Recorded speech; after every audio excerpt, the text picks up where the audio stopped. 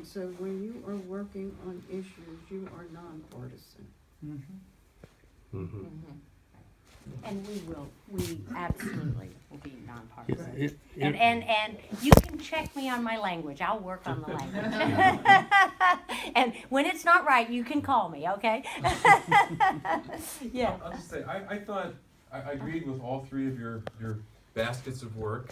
I think that on the first one that you do have to sort of make tough decisions about which issues you'll actively work. And I have had the experience on some of these days of all faiths of kind of, well, we got this issue and this one, and I would just end up prioritizing because you just can't cover them in a meeting. I mean, you can't, if you have more than 3 messages, the person won't get it.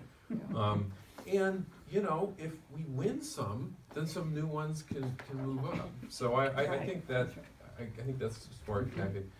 And I liked your idea also of strengthening the base, and particularly of trying to plant chapters and find supportive congregations in districts that might kind of turn. Because in my experience around here, you know, this is the People's Republic of Virginia. And so we've got these hotbeds of liberalism, and we'll also, oh, who's your congressman? Oh, you know, it's Mark Levine. He votes at our, you know, straight ticket on our issues. And, well, who knows, you know, pick your less... Dave Alba? Yeah, right. Or But everyone is, you know, as every one of these people, you know, certainly I would expect 99% of them will, by God, they're Christians. And we have the unique ability to sort of look them in the eye and say, well, many of us are too, and we share the same views. And that's how we come to this. It's not because of some secular position we learned in college or something. Good point. And all, you know, if we can find people who know those, who have personal relationships with those legislators, that's sort of who they listen to. And more than, you know, carpetbaggers like us coming from another district that don't vote there. And so I think if we're going to sort of turn some of these votes, it's going to require kind of organizing in these districts, finding people who think like us but know those legislators and have their ear. I think that's right. And again, I think because the chapters, you know, represent people from a wide range, again, to have you all help think about, right, what are the districts that are really important in this Northern Virginia area, and how can we help find them? How can we, if we're going to plan something, we plan it in that district. You know, follow up on something Ann was saying, I think Father Jerry was saying too. I know the U.S.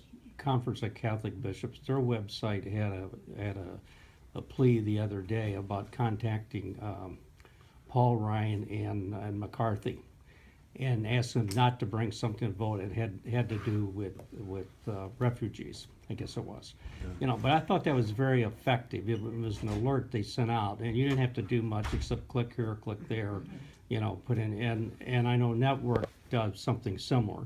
At SALT, we're not that sophisticated, but we do send out messages, usually via email, you know, to do that.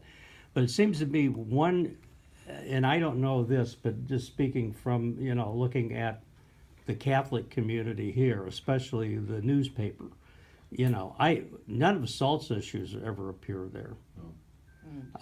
You know, very few social justice issues. I don't see any articles written by anyone regarding social justice. And the reason I think this is, you know, this is not something that has always been, because I remember the diocese I come from, it was very regularly that we had a series of essays on the issues. You know, and I got to believe that there are other newspapers. The Lutherans probably have one, the UCC have one, all of them. Seems to me it'd be very important to get the message out to these newspapers. You know, whether they will take it or not, but, you know, God hope that they would. But it seems to me that would give the issues legitimacy that's needed. You know, this is a very Christian stance, or this is the Jewish community stance, or this is the Muslim community stance. I don't know who all has newspapers, but it seems to be that ought to be researched and identified and see how we can get the message out there to the general public. It's great. Parishioners. It's great. I know that we're getting ready to wrap up in the next Yeah, 10 minutes. I don't know that we've mentioned the idea so the organizing committee, and Dave is on that too at the board level. But there have been times where the chapter leadership comes together in regular conference calls to sort of discuss what each of them are doing, and I think we've always found that helpful. And so we want to sort of start with a listening tour, and Kim was, right on top of, before I even had a chance to mention this idea, she tossed it out. I'm like, yeah, definitely do that.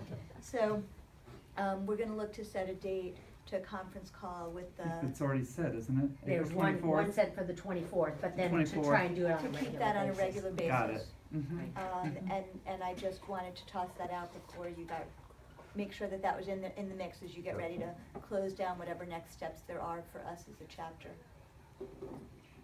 And I would love to share, and I won't do it in this, but in terms of those kinds of calls, what works and what really doesn't work. Oh, I'd love to hear just that. FYI. Yeah, I'd love to Having hear been that. on a few of those, so Yeah. But I appreciate that. I think it's important because what Northern Virginia says is not what Richmond says, or Norfolk, or what we're all kind of different, bring a different message. I'm aware of that. That'd What be are the great. next steps in getting ready to wrap up that either of you had for us as a chapter? I'm just so excited to meet you all, right? I've seen Yeah. so many of your names on Yeah. pieces of paper. Know who we Like- are now. Like, who are you? Anyway, so it's just. And vice versa. It's so, and again, this is an organization with enormous potential, and really, it's got potential because of people like you in this room, right? And, I mean, just this little thing, like, that, okay, we've met with Lemunyon, and he's open, and he's Lutheran, and, okay, well, that's That's a big step. that's great information, right? We can figure Yeah. this Yeah. out, Yeah. right? Yeah. One of the So- things I thought might be just helpful to reiterate perhaps, and I'm gonna give a couple of these things. I told about where the chapter has been. Okay, What- that'd be great. What did we do? And I'll share that with you.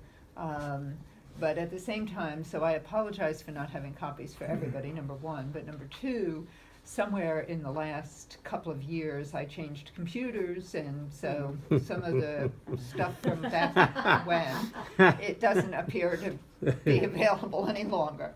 But we have had a kind of operational plan for a number of years now, where we felt that our chapter's responsibility really was to assist the center to identify and cultivate advocates, both individuals, congregations, and organizations, and to promote the center's efforts throughout the Commonwealth, and then to support and participate in the work of the center. And so we've done that primarily through in-office meetings with legislators, which Dave has been very instrumental in helping us the past couple of years organize, where we like to go meet them sometime between the middle of November and the end of December before they go off to Richmond. Sometimes carrying SALT's message, because they have put those messages together in ways that, working with the legislators to actually write the legislation. We've had events that we saw as educational, if you will, although, Drew Weston wrote in his book, The Political Brain, that people really vote and work in the political scheme from their emotions as opposed to their head.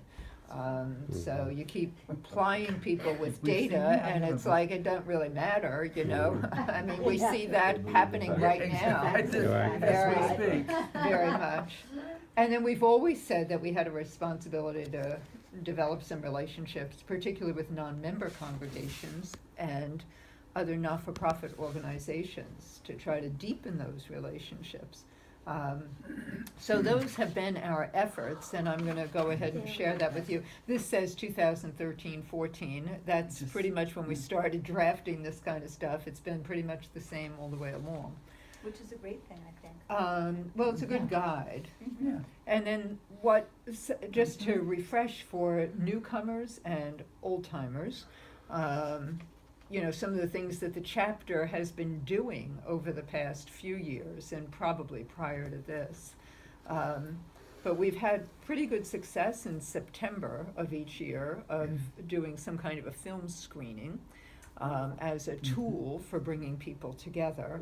And I have that information here for you. So we've done things like we showed Blank Street, we showed We did one year. Place at the Table, we did Paycheck to Paycheck. And that's been in the fall. And then that seems to hopefully prime the pump for the legislative preparation session, Social Justice U, that we've done in November. We've participated in Day for All People in January. And then we've usually had a spring gathering.